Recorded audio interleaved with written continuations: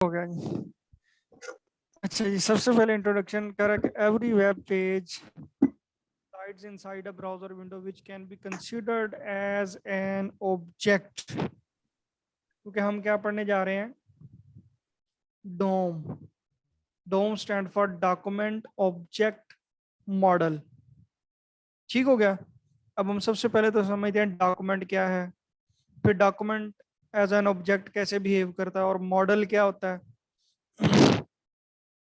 अब डॉक्यूमेंट वगैरह के जितने भी वेब पेजेस हैं, ठीक हो गया, जितनी भी वेबसाइट है जो क्या होती है, इनसाइड अ ब्राउजर विंडो, जो भी विंडो की जो ब्राउजर्स है हमारे, क्रोम है, मोजिल्ला है, फायरफॉक्स है, उनमें आप कोई भी वेब पेज जो ओपन करते हैं वो एक्चुअली वो कंसीडर क्या किया जाता है, एज एन ऑब्जेक्ट।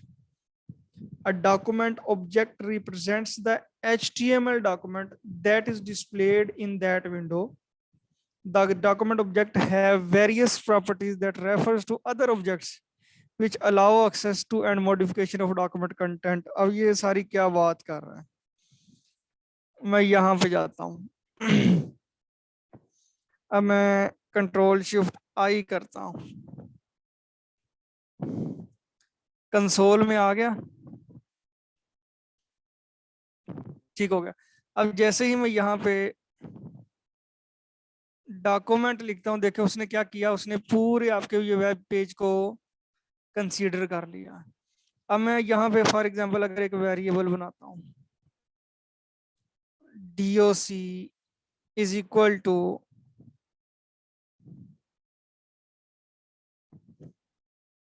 डॉक्यूमेंट।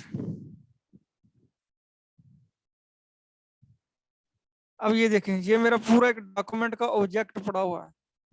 इस डॉक्यूमेंट के अंदर HTML, हेड, बॉडी, ये सारी चीजें ये देखें इसके अंदर सिलेक्ट होके आ गई हैं।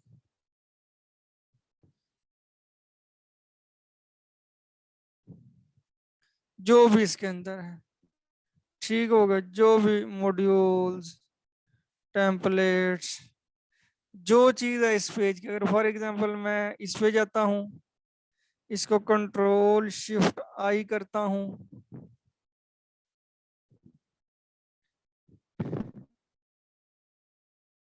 इसको मैं यहाँ पे एक वेरिएबल लेता हूँ, doc is equal to document. अब ये देखें, इसका सारा डॉक्यूमेंट सेलेक्ट आ गया, इसकी भी जितनी इंफॉर्मेशन है वो इसके अंदर आ चुकी है। तो क्या कह रहा है, document object represents the HTML document that is displayed in that window, यानी कि जो भी ये ब्राउजर की विंडो में डॉक्यूमेंट डिस्प्ले हो रहे होते हैं, ये सारे क्या होते हैं, डॉक्यूमेंट होते हैं, और ये एज एन ऑब्जेक्ट बिहेव कर रहे होते हैं। ठीक हो गया। The way a document content is accessed and modified is called the document object model. अब मॉडल क्या होते हैं, अक्सर हम चीजों के मॉडल डिफाइन करते हैं ना। फॉर एग्जांपल ये कोई घर का मॉडल, किसी कॉलोनी का मॉडल, किसी भी वो मॉडल क्या डिस्क्राइब कर रहा होता है, उसके तमाम एस्पेक्ट्स को कवर कर रहा होता है। अब डॉक्यूमेंट ऑब्जेक्ट मॉडल क्या करता है, वो कहता है कि वो मॉडल जिसके जरिए से हम ये देखते हैं कि हम अपने डॉक्यूमेंट को एक्सेस कैसे कर सकते हैं, उसको मॉडिफाई कैसे कर सकते हैं, उसमें चेंजिंग कैसे इंप्लीमेंट कर सकते हैं, ये सारी चीजें जो है वो हमें डॉक्यूमेंट ऑब्जेक्ट मॉडल बताता है। कहते हैं अभी तक हम काम कर रहे थे स्टैटिक वेब डिजाइन पे। स्टैटिक वेब डिजाइन में क्या होता था, आपकी सिर्फ HTML CSS होती थी। अब हम मूव करने जा रहे हैं डायनामिक वेब डिजाइन पे। ठीक हो गया। अब सबसे पहले कहते हैं कि इसको समझने की जरूरत है, डायनामिक वेब डिजाइन क्या है। कहते हैं एक वेबसाइट को डायनामिक बनाने के लिए हमें क्या चाहिए होता है, हमें दो चीजें चाहिए होती हैं।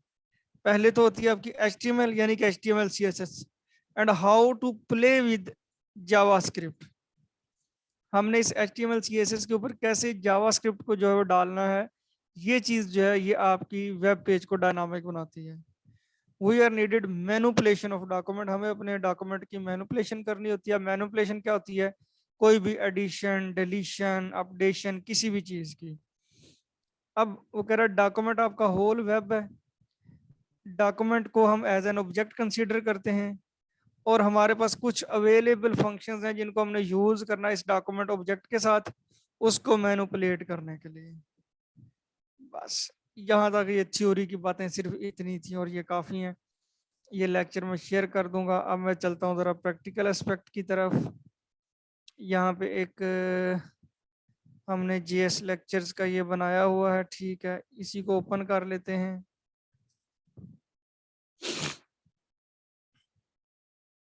इसमें आज हम रखते हैं क्या यहाँ पे, हम्म,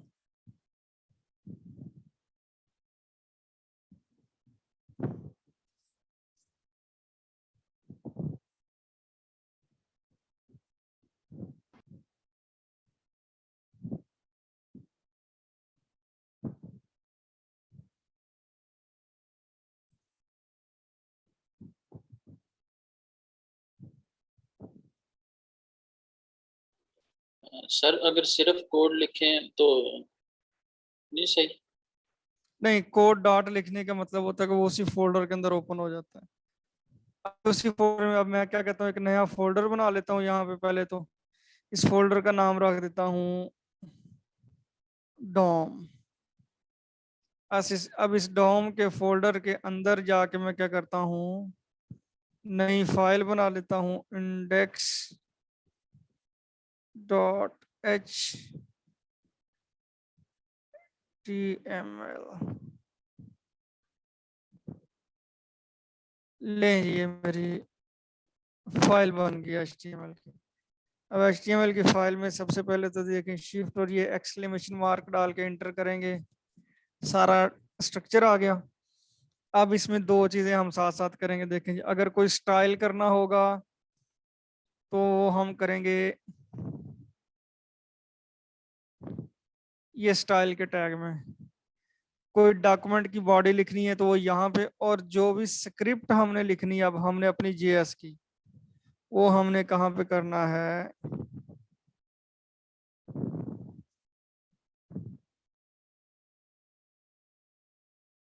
वो हमने लिखनी है यहाँ पे बॉडी के नीचे। यहाँ पे स्क्रिप्ट ऐड करेंगे, यहाँ पे बॉडी लिखेंगे, यहाँ पे स्टाइल जो भी करना है।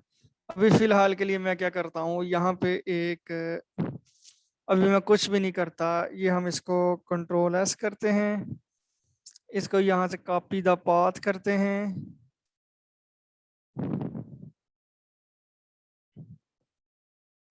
और इधर इसको हम प्ले कर लेते हैं।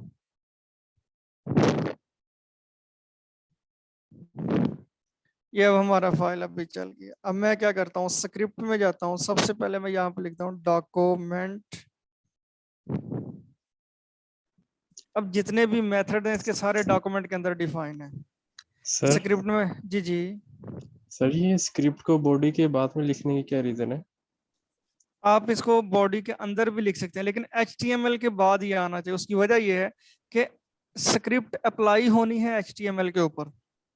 अगर हम पहले स्क्रिप्ट लिख देंगे तो उस वो तो कहेगा कि भाई मैं किसके ऊपर अप्लाई करना है, मुझे मुझे तो कोई HTML का डॉक्यूमेंट मिला नहीं, क्योंकि लाइन बाय लाइन कोड चलना है ना। तो जी जी। पहले आपकी HTML आ जानी चाहिए, HTML के बाद आपने स्क्रिप्ट ऐड करनी है, ठीक है।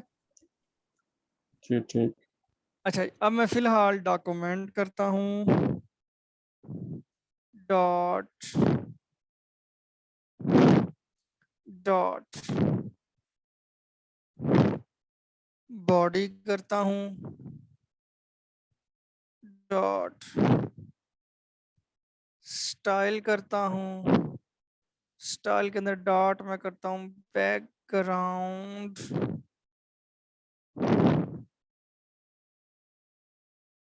बैकग्राउंड कलर करता हूँ इज इक्वल टू, और ये कर देता हूँ, और इसके अंदर मैं कर देता हूँ सियान। सिर्फ अभी आपने चेंज देखना है, समझाता हूँ मैंने किया क्या। आपकी बॉडी का कलर सियान हो गया। हाँ जी, कोई एक बंदा माइक ऑन रखे ताकि मुझे हूँ हाँ करता रहे। Yes sir. जी ठीक है, अब देखें, सबसे पहले मैंने क्या किया, मैंने कहा कि पूरे डॉक्यूमेंट को सिलेक्ट करो। डॉक्यूमेंट मैंने पहले ही आपको सिलेक्ट करके दिखाया था, यहाँ पे भी देखें। डॉक्यूमेंट का मतलब क्या होता है, जब आप डॉक्यूमेंट सिलेक्ट करते हैं इसका मतलब है कि पूरे का पूरा डॉक्यूमेंट सिलेक्ट हो जाएगा। फिर मैंने कहा इस डॉक्यूमेंट के अंदर जाके किसको सिलेक्ट करो, बॉडी को, जितनी भी HTML में बॉडी है उसका जी एक सर। ऑब्जेक्ट होगा स्टाइल का।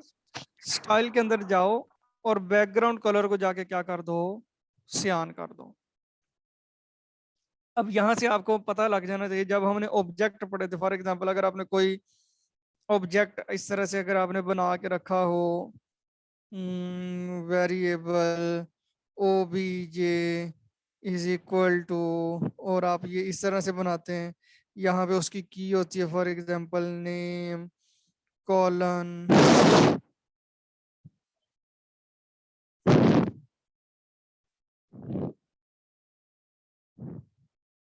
और इस तरह से अली। तो आपने इसको कैसे एक्सेस करना होता है, ओबीजे डॉट नेम, कि ऑब्जेक्ट के अंदर एक नेम का कोई की पड़ी हुई है। इसी तरह इसका मतलब क्या है, डॉक्यूमेंट डॉट बॉडी का मतलब क्या है कि डॉक्यूमेंट के अंदर बॉडी का एक मेथड पड़ा हुआ है, बॉडी के अंदर फिर डॉट स्टाइल का मतलब बॉडी का आगे फर्दर एक ऑब्जेक्ट है, उसके अंदर फिर स्टाइल पड़ा हुआ है, स्टाइल के ऑब्जेक्ट के अंदर फिर प्रॉपर्टीज हैं, जिसमें क्या बैकग्राउंड कलर की एक प्रॉपर्टी है, और उसको मैंने इज इक्वल टू करके क्या सेट कर दिया, सियान सेट कर दिया। तो ये पूरे के पूरे डॉक्यूमेंट के अंदर बॉडी का जो कलर है वो आपका क्या हो गया, सियान हो गया। अब दो चीजें, सबसे पहले एलिमेंट को सिलेक्ट करना और फिर उसके ऊपर जीएस अप्लाई करनी, ठीक है, यही सारे काम होंगे हमारी जीएस के अंदर। अब मैं थोड़ा सा काम आपको दूसरे तरीके से करके दिखाता हूं। अब यहाँ पे मैं ले लेता हूँ एक फॉर एग्जांपल H1 ले लेता हूँ, इसमें मैं लिख देता हूँ फर्स्ट डोम एलिमेंट, एक मैं ले लेता हूँ पैराग्राफ, इसको मैं ले लेता हूँ फर्स्ट डोम पैराग्राफ।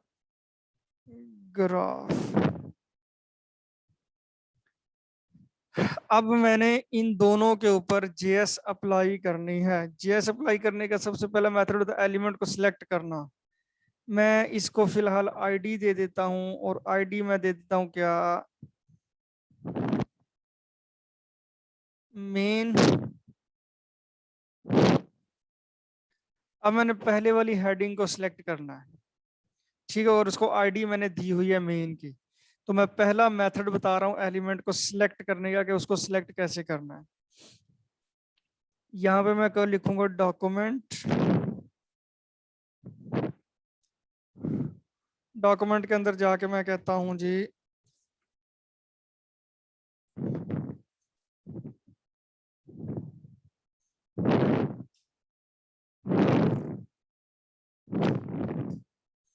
हाँ जी, आवाज आ रही है मेरी? ये आ रही जी है। सर आ रही है। जी, सबसे पहले मैं कहता हूँ डॉक्यूमेंट, डॉक्यूमेंट के अंदर जाओ और वहां पे जाके सिलेक्ट करो गेट एलिमेंट बाय आईडी। तेरा इस डॉक्यूमेंट के अंदर से आपने जिस एलिमेंट को सिलेक्ट करना है आईडी के हिसाब से सिलेक्ट करना है। अब गेट एलिमेंट बाय आईडी, उसके बाद पैरेंथेसिस, और पैरेंथेसिस के बाद आपने क्या देना है, आपने इसके अंदर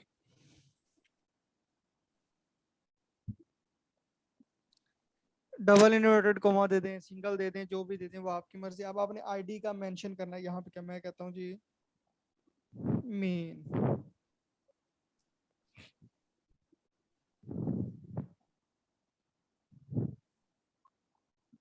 ठीक हो गया। इसको मैं किसी वेरिएबल के जी अंदर सर। रख देता हूँ फिलहाल।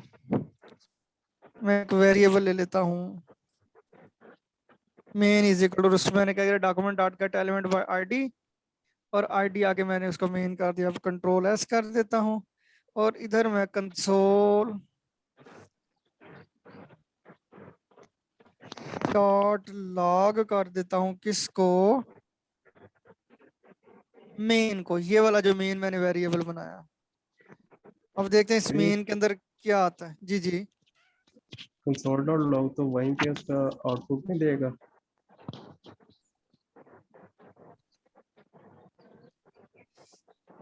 आ गया कंसोल डॉट लॉग। जी अब फिर मैंने आपको ये दिखाने के लिए कि एक्चुअली इस मेन के अंदर क्या चीज सिलेक्ट होगी। Document dot get element ID करके जब मैंने मेन लिखा तो इसमें सिलेक्ट क्या हुआ है। एक्चुअली इसमें उसने सिलेक्ट किसको कर लिया है, H1 को। समझ आइए। Yes sir. अब ये सिलेक्ट हो मेन के अंदर। अब मैं कहता हूँ अगला काम क्या करूँ। सर आपकी मेन आवाज कम हो गई है। अब जी अब सही हो गई है। बस वो हैंड फ्री मुंह में डालनी पड़ेगी मुझे, और तो कोई मसला नहीं। ये भी ठीक नहीं होगा। अच्छा जी, अब क्या हो गया। अब मैं यहाँ पे लिख देता हूँ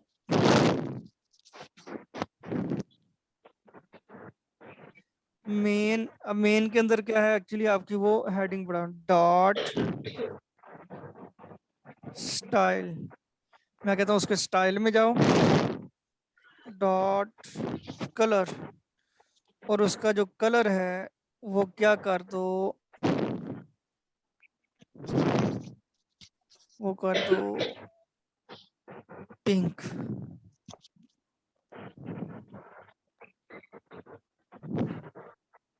ठीक है जी। एलिमेंट को सिलेक्ट किया, सिलेक्ट करने के बाद उसके ऊपर क्या कर दिया, ये अप्लाई कर दिया। अब यही चीज अगर आप सर चाहें। अगर हम वेरिएबल लिए बगैर जो ऊपर हमने गेट एलिमेंट बाय आईडी पहले उसको एलिमेंट को सिलेक्ट किया, आप ये सिलेक्ट ना किए बगैर करें, अगर हम उसे कमांड दें कि मेन आप के ये न, स्टाइल को। हाँ आप ये ना करें, आप इस तरह से कर दें। ए,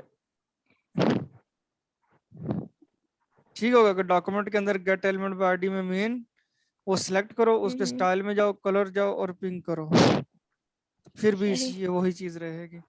ठीक होगा। Okay sir. सर देखिए ये जब आईडी देंगे तभी gate element bye ID use होगी, हाँ अगर जी उसे जब कोई आईडी, क्लास दे दी। हाँ जी उसके लिए उसके तरफ भी आता हूँ। पहले ये चीज समझ लगी है। Yes sir. लेकिन अब देखें, अब अगर मुझे अभी तो ये मैंने एक चीज देनी थी, कलर दिया था पिंक।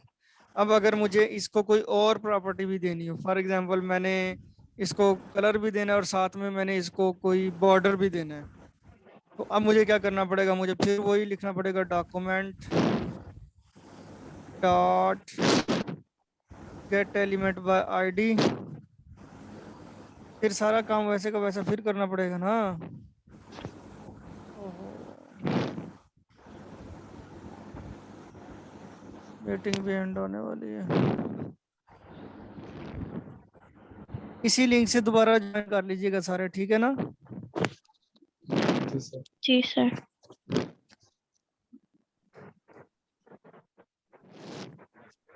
अच्छा अब गेट एलिमेंट बाय आईडी, और इसमें फिर मैंने क्या कर दिया, main dot style dot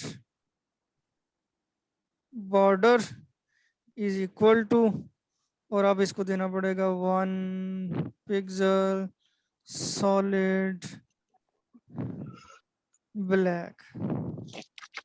sir ये किसको नींद आपने आ रही है। एलिमेंट को दोबारा क्यों सिलेक्ट किया? अब बता रहा हूँ ना, मैंने इसको अब देखो उसको दोबारा सिलेक्ट करना पड़ा ना, क्योंकि मैंने उसको किसी वेरिएबल के अंदर नहीं रखा। मुझे जब भी कोई चीज अप्लाई करनी पड़ेगी पहले उसको सिलेक्ट करना पड़ेगा। सही। ठीक हो गया। अब वेरिएबल में रखने का फायदा क्या, यहाँ पे मैं एक वेरिएबल मेन लिखता हूँ इज इक्वल टू, और इसको देखो स्टाइल तक ये चीज बार बार रिपीट हो रही होगी, तो मैं क्या काम करता हूँ, स्टाइल तक इसको सिलेक्ट करके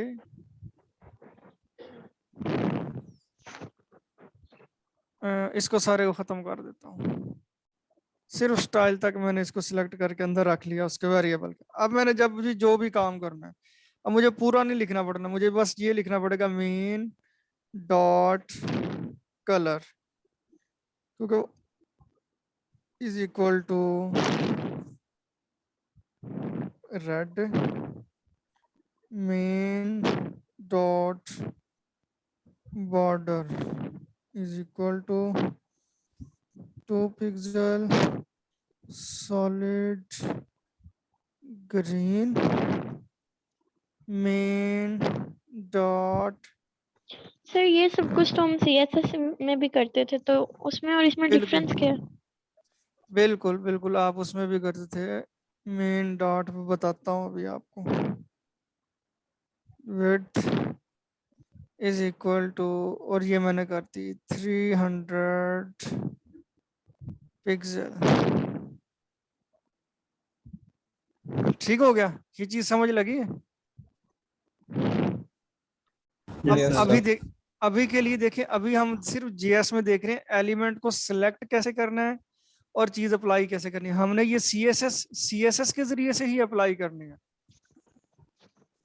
हमने जेएस के जरिए से ये सारे काम नहीं करना है, लेकिन आपको अभी पता तो होना चाहिए ना जेएस एलिमेंट को सिलेक्ट कैसे करती है, जी चीज को सर। उसके ऊपर जी अप्लाई सर। कैसे करता है। ये तो मैं बेसिक्स सिखा रहा हूँ ना आपको। ठीक होगा। और आगे जाके जब आप रिएक्ट में करेंगे तो उसमें HTML CSS JS सारी इकट्ठी एक ही फाइल बनती है, सब कुछ इकट्ठा ही दिया जाता है। Okay. ठीक है, लेकिन अभी हम CSS के तरीके से ही देंगे। लेकिन अभी मैं आपको जो चीज सिखा रहा हूँ वो ये समझने वाली बात है। गेट एलिमेंट बाय आईडी, ये मैंने उसको कैसे सिलेक्ट किया और उसके ऊपर कैसे कोई प्रॉपर्टी अप्लाई कर दी। ठीक है, अभी तो बेसिक्स है ना, आगे आगे जाके ये और चीजें कॉम्प्लेक्स होंगी, नई चीजें कैसे और काम आपको बताएंगे। यहाँ तक ये चीज समझ आ गई gate element bye ID. Yes, sir. और गेट एलिमेंट बाय आईडी में अब हम आईडी वो यूनिक समझ रहा होता है। जिस एलिमेंट को आपने आईडी दी होगी वो आईडी यूनिक होगी। आप एक से ज्यादा आईडी सेम नहीं दे सकते एलिमेंट्स को। ये जीएस में डिफरेंस है जो आपको खुद रखना है। हर एलिमेंट की जब आपने आईडी देनी है तो वो यूनिक होनी चाहिए, रिपीट नहीं होनी चाहिए, डुप्लीकेट नहीं होनी चाहिए। और जिस एलिमेंट को आईडी दें वो उसको हो, एक एलिमेंट को ही आईडी मिलनी चाहिए। अब हम चले जाते हैं जरा क्लास के ऊपर। अब हम इसको एक क्लास दे देते हैं पैरा।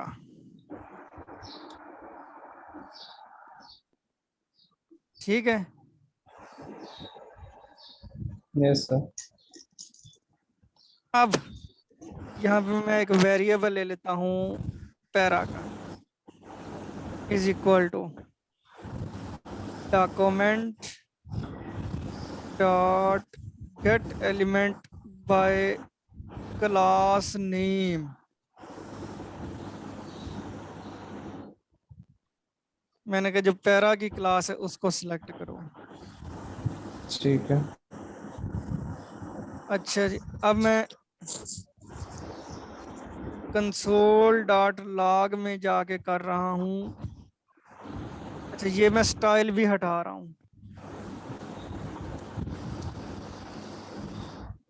ये चीजें भी मैं खत्म कर रहा हूँ। अब देखें, एक एलिमेंट को मैंने सिलेक्ट किया बाय आईडी से, एक एलिमेंट को मैंने सिलेक्ट किया क्लास नेम से। अब इन दोनों को मैं शो करवाने जा रहा हूँ कंसोल डॉट लॉग में। किसको? मेन को। और दूसरा कौन सा सिलेक्ट किया हमने? पैरा। पैरा। पैरा। गुड। इनको अब देखते हैं इनमें फर्क क्या है। जिसको हमने आईडी के जरिए से सिलेक्ट किया मेन को, उसमें डायरेक्ट वो एलिमेंट सिलेक्ट होके आ गया। समझ आई?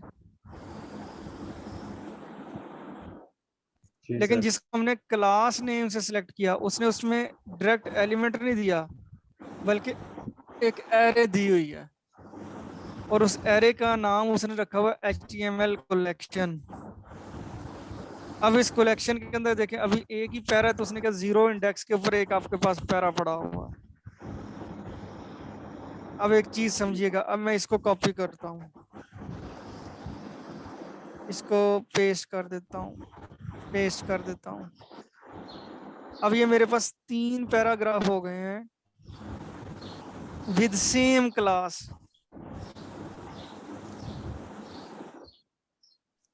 अब HTML कलेक्शन में देखें कितने इंडेक्स बन चुके हैं।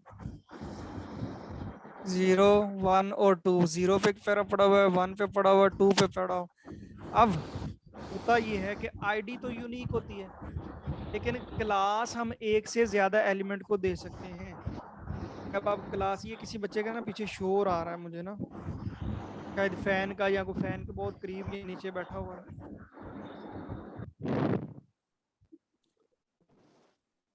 अच्छा, और लेकिन कोई बच्चा मैंने साथ में ये भी कहा कि ऑन रखे, मुझे बताता जाए। अब ये यस सर, देखिए, yes sir. Class name para, class एक से ज्यादा एलिमेंट को दी जा सकती है। तो जावास्क्रिप्ट का रूल ये है कि जब आप बाय क्लास नेम किसी एलिमेंट्स को सिलेक्ट करेंगे, तो फिर क्या करेगा वो, आपको वो एक एलिमेंट नहीं बल्कि एक पूरी एरे देगा। चाहे आप एक एलिमेंट को उसमें सिलेक्ट करें, चाहे आपने वो क्लास एक एलिमेंट को दिए, 2 को दिए, 5 को दिए, 7 को दिए, 10 को दिए, उसने उसकी पूरी एक एरे बनानी है। अगर एक एलिमेंट है तो वो 0 इंडेक्स पे आ जाएगा, 1 है तो 0 और 1 पे दूसरा, 2 पे तीसरा, इस तरह से वो इंडेक्स बनाता जाएगा। अब ये एरे की तरह का एक स्ट्रक्चर है, लेकिन एरे नहीं है, क्योंकि एरे के अगर आप मेथड में देखें ना, तो यहाँ पे सारे मेथड उसके कौन कौन से होंगे, वो फिल्टर का, मैपिंग का, सप्लाइज का, स्लाइस का, शिफ्ट का, अनशिफ्ट का, पुश का, पॉप का। लेकिन यहाँ पे आपको कोई वैसा मेथड नजर आ रहा है? No sir. यहाँ पे देखो, अगर मैं एरे लेता हूँ एक, देखना अभी देख लेना, वेरिएबल मैं एरे लेता हूँ इज इक्वल टू, और इसमें मैं 1 2 3 4 5 इंटर कर देता हूँ, एरे लिखता हूँ, इसको मैं प्ले करता हूँ, इसकी मैं प्रोटोज में जाता हूँ, तो देखो आपको ये कितने नजर आ रहे हैं। ये देखो, shift, slice, some, sort, splice, joiner, index of, include, for each, flat map, find index, to string, ये सारे इसके एरे के मेथड जो आपको यहाँ पे नजर आ रहे हैं, ये हमने पढ़े हुए हैं। लेकिन अगर आप इसके अंदर जाके देखें, तो इसकी प्रोटोज के अंदर आपको वो कोई चीज नहीं मिलेगी। तो ये उस जैसा स्ट्रक्चर है, लेकिन बिल्कुल वैसी एरे नहीं होती। कुछ मेथड ये देती है, जैसे इंडेक्स इसके होते हैं, इंडेक्स वगैरह को हम एक्सेस कर सकते हैं, बट ये पूरे एरे के सारे मेथड इसके ऊपर अप्लाई नहीं हो सकते। अच्छा जी, अब हमने सिलेक्ट तो कर लिया, अब हमारे पास 3 पैराग्राफ है। अब मैं चाहता हूँ इसमें से मैं पहले पैराग्राफ को सिलेक्ट करूँ, तो फिर साथ में इसका इंडेक्स भी मेंशन करना होगा कि पैराग्राफ जो 0 इंडेक्स पे है। अब देखते हैं क्या करता है। अब देखें, उसमें 0 पहला पैराग्राफ सिलेक्ट होके आ गया। अगर मैंने दूसरे को सिलेक्ट करना है, तो फिर यहाँ पे इंडेक्स क्या कर दूंगा, 1। अगर तीसरे पैराग्राफ को सिलेक्ट करना है, तो फिर क्या कर दूंगा, 3। तो ये, लेकिन ये जितनी भी क्लास पैरा की होगी। अगर मैं कोई और पैरा लेता हूँ, फॉर एग्जांपल यहाँ पे मैं एक और पैराग्राफ ले लेता हूँ, और इसमें मैं लिख देता हूँ कुछ भी, और इसकी क्लास मैं कोई डिफरेंट रख देता हूँ, या क्लास देता ही नहीं फिलहाल, तो ये 3 ही पैराग्राफ को सिलेक्ट करेगा, चौथे को सिलेक्ट नहीं करेगा। अगर यहाँ पे फॉर एग्जांपल मैं